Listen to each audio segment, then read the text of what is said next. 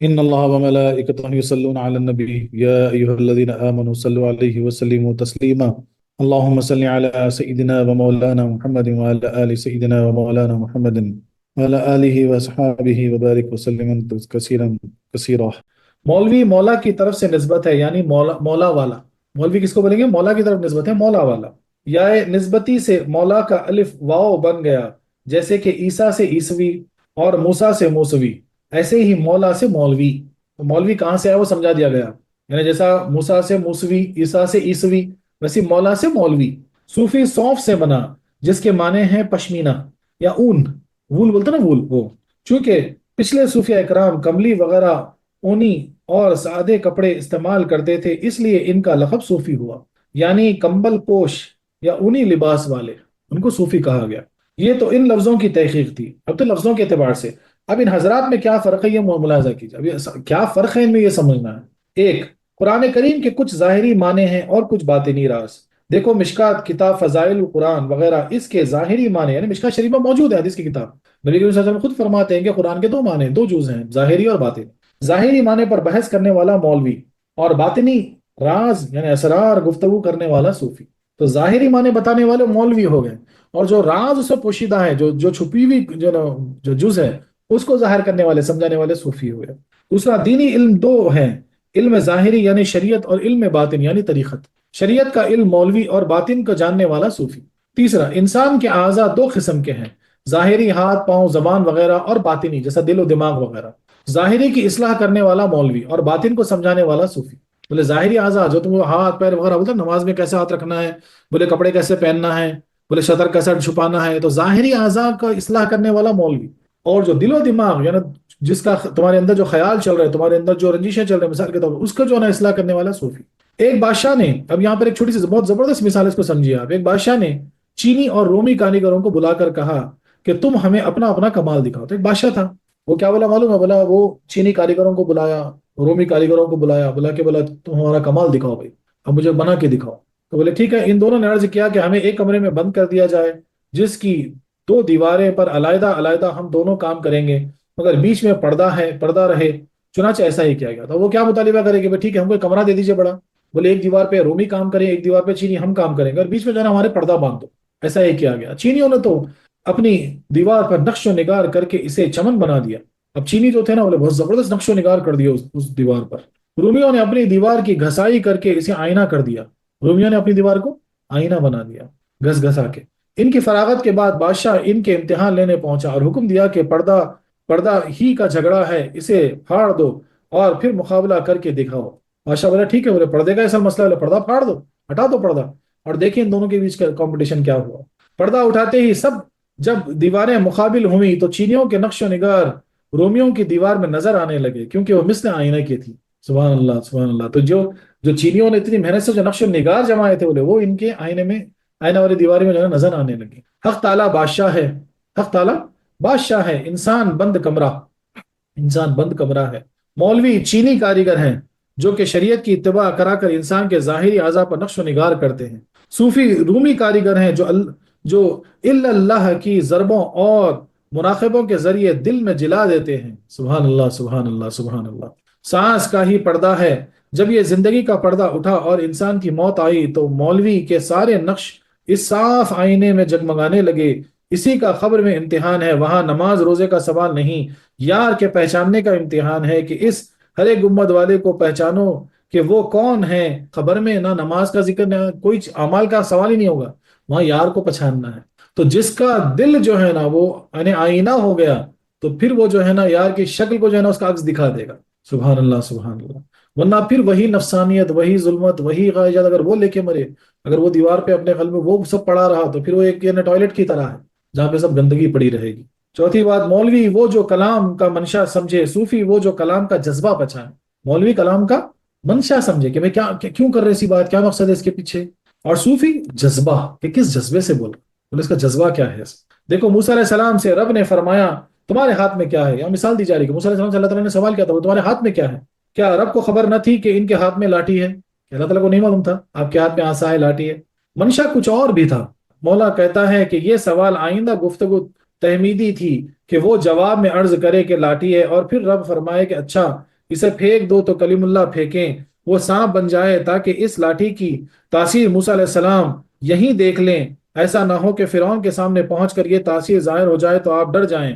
تو یہ جو ہے نا ایک کانسیپٹ ہوا کہ اللہ تعالیٰ نے کیوں پوچھے کہ بھائی، تاکہ ایک ڈسکشن شروع ہو، موسیٰ علیہ السلام تھوڑا مطمئن ہو جائیں کہ ہاں میرے ہاتھ میں لاٹھی ہے میرے مولا۔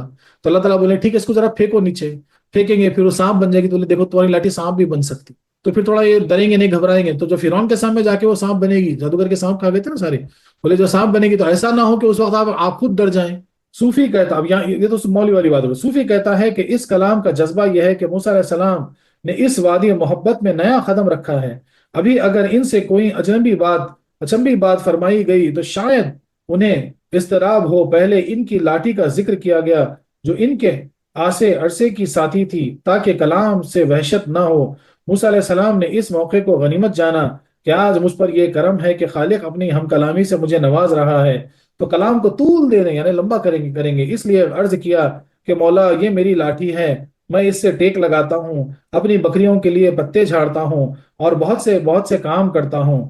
چاہتے تھے کہ رب ان سے یہ پوچھے کہ تم اور کیا کام کرتے ہو، تاکہ اس بہانے سے ساری زندگی اس کلام میں گزاروں۔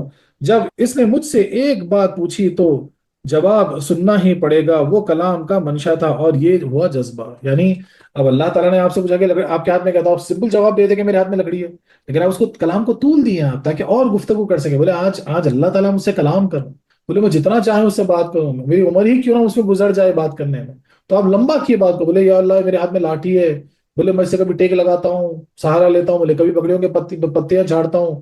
کیا کر رہے ہو اس میں کہ جو ہے نا کلام کو طول دے رہے ہیں، لمبا کر رہے ہیں اس کو، تاکہ جو ہے نا اور کلام ہو۔ اللہ تعالیٰ مجھے اور کیا کام کرتے ہیں مثال کے طور پر، تاکہ بات بڑھے۔ تو یہ ایک جذبہ یعنی اندر والا عشق کا جذبہ کہ میں اللہ سے کلام کرتا رہوں۔ پانچویں بات، مولوی وہ جو بتا کر سمجھائے اور صوفی وہ جو دکھا کر مسئلہ حل کرے۔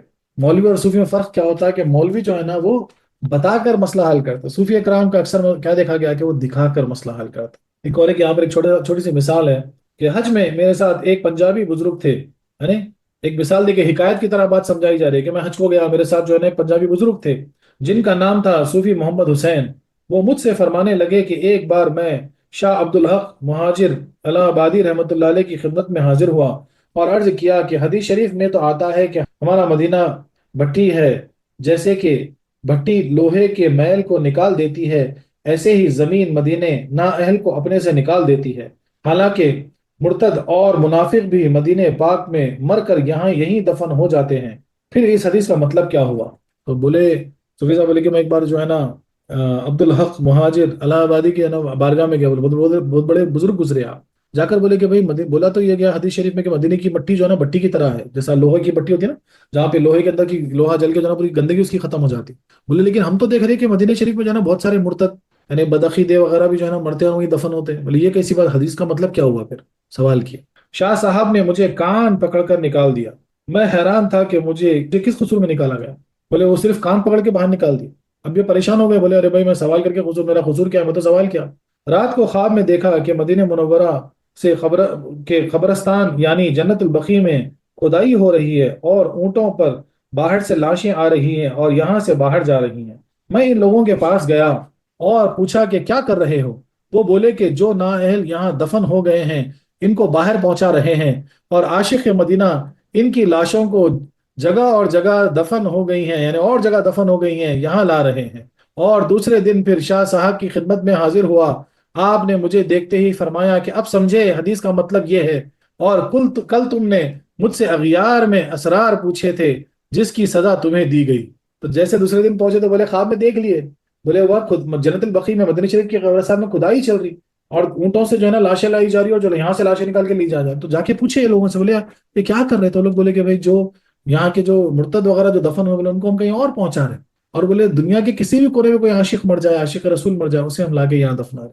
تو یہ خواب دیکھ کے اٹھے، دوسرے دن پہنچے ان کی بارگاہ میں پھر، اور بولے جیسے ان کی بارگاہ میں گئے تو بولے اب سمجھ گئے حدیث کا مطلب کیا ہے، اور کل جو تمہارا کان کھینچا گیا تھا وہ اس لیے کہ بولے تم نے ایک راز کی بات جان لی مجھ سے، یعنی ہوشیاری سے تمہاری اغیاری سے تم ایک راز کی بات جان لیا مجھ سے۔ چھٹی بات، مولوی وہ جس کی گفتار سے مسائل حل ہو جائیں، صوفی وہ جس کے دیدار سے منازل طے ہو جائیں۔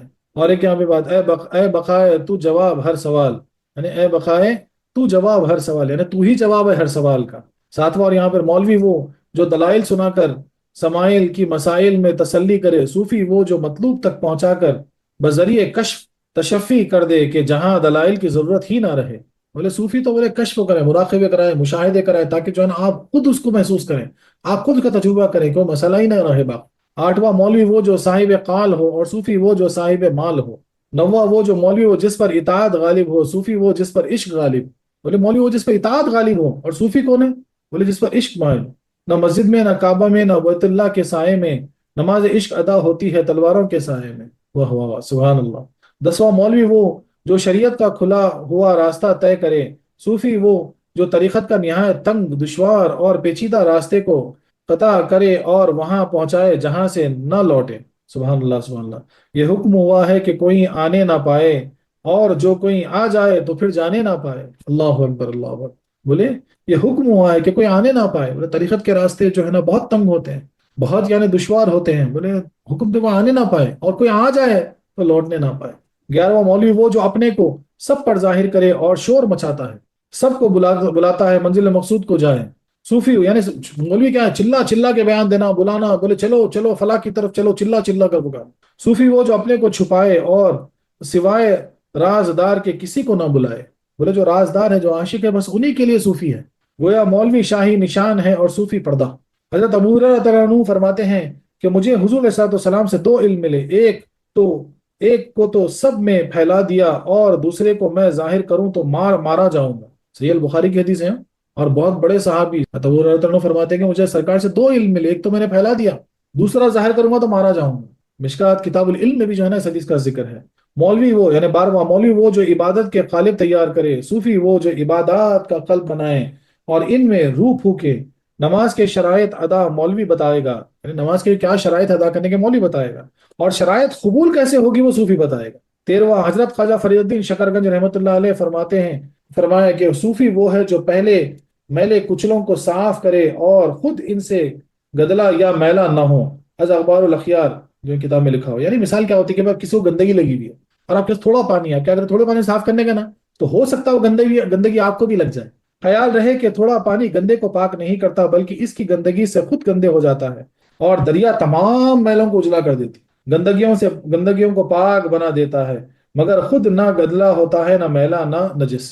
بولے بہتا پانی جو ہوتا ہے، جھرنے جو ہوتے ہیں، دریا جو ہوتی، بولے اس میں وہ تو سب میلوں کو پاک کر دیتا، نہ کبھی وہ میلا ہوتا نہ کبھی گندا ہوتا۔ ان صوفیہ کرام میں کوئی تالاب ہے، یعنی صوفیہ کرام میں کوئی تالاب ہے، کوئی دریا ہے، اور حضور علیہ الصلوۃ والسلام سمندر ہیں، جہاں سے سارے دریا بنتے ہیں اور پھر سارے دریا وہیں جا کر گرتے ہیں۔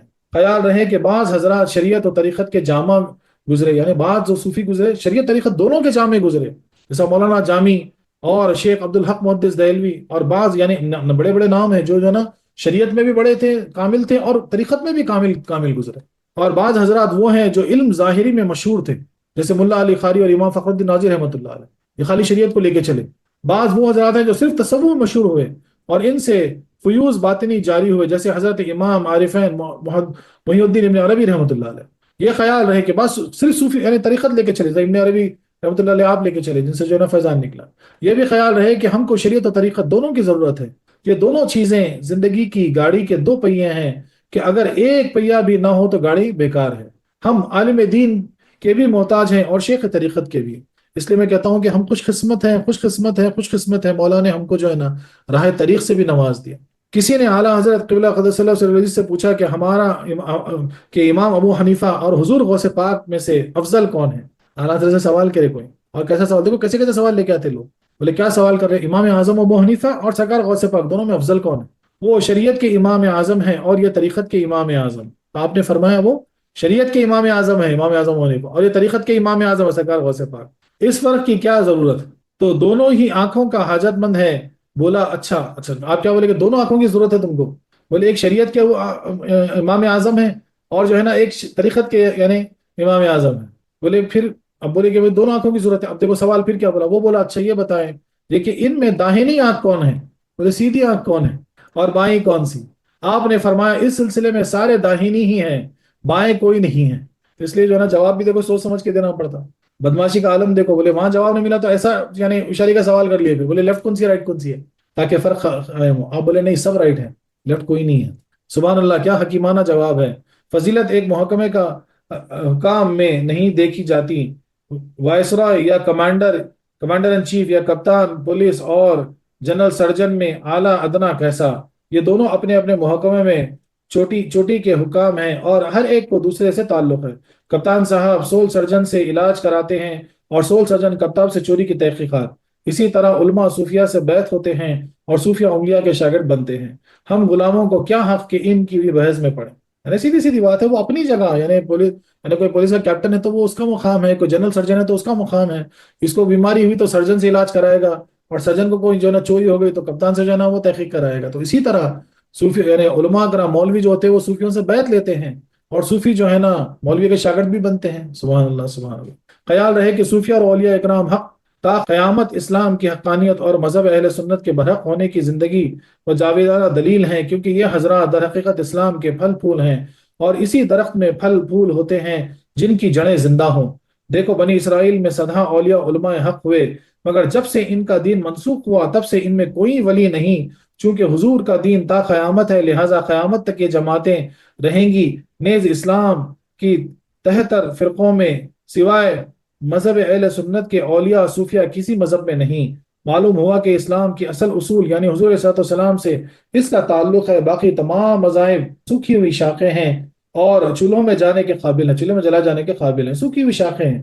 حقیقت اگر دیکھنا ہے کہ کہاں زیادہ اولیاء کرام گزرے، کہاں مولوی گزرے، کہاں ولی گزرے، تو آپ کو جواب مل جائے گا۔ رب تعالیٰ فرماتا ہے وَكُونُوا مَعَ الصَّادِقِينَ، اور فرماتا ہے اهْدِنَا الصِّرَاطَ الْمُسْتَقِيمَ صِرَاطَ الَّذِينَ أَنْعَمْتَ عَلَيْهِمْ، اسی جماعت میں رہو جس میں یہ سچے لوگ یعنی علماء حقانی اولیاء صوفیہ ہوں۔ وصلی اللہ تعالیٰ علیہ وسلم وآخر دعوانا الحمد للہ رب العالمین۔ وآخر دعوانا أن الحمد لله رب العالمين.